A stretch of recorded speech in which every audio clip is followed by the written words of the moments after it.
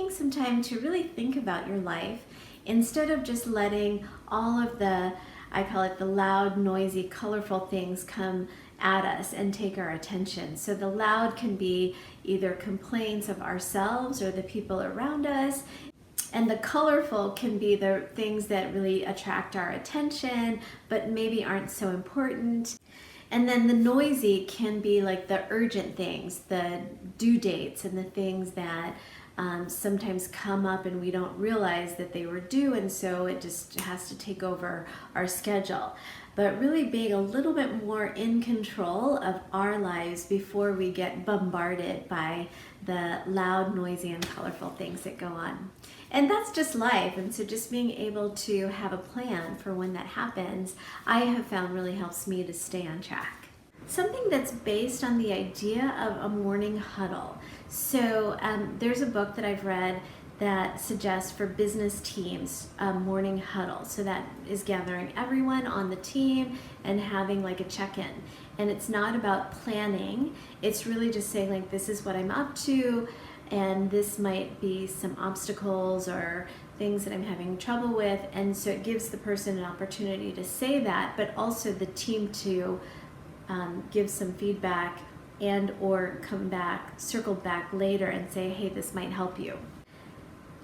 But I would encourage you, if you have a friend that you're doing this last 60, best 60 with, or just a friend who you trust and again is someone that you know cares about you and you care about them, try to do a morning call or a morning text every day.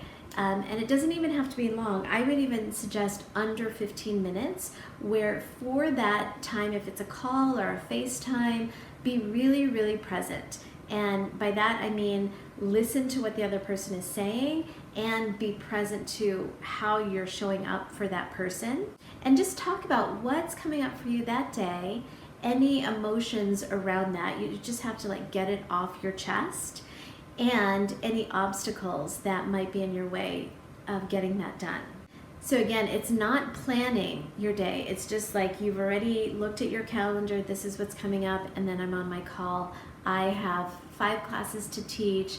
I am seeing someone for dinner and I'm super excited. Like that would be my check-in. And some days it might be, oh my gosh, I'm really nervous about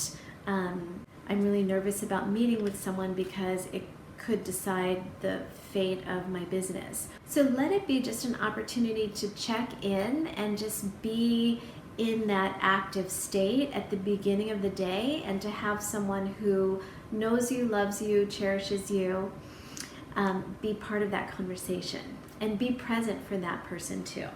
Something that you could also do in that conversation is to just talk about wins from yesterday. Talk about gratitude, things that came up that were unexpected. So again, it's not about planning, and it's not even about rehashing what happened. Talk about a win. Like 3 people said yes to me yesterday and I'm so excited.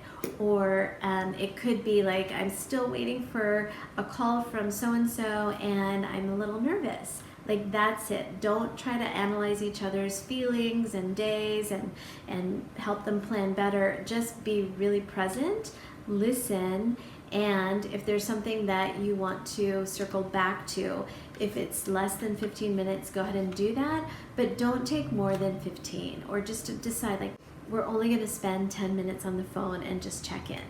And really get used to checking in and not analyzing or trying to solve someone else's problems. It's a really different goal for this call.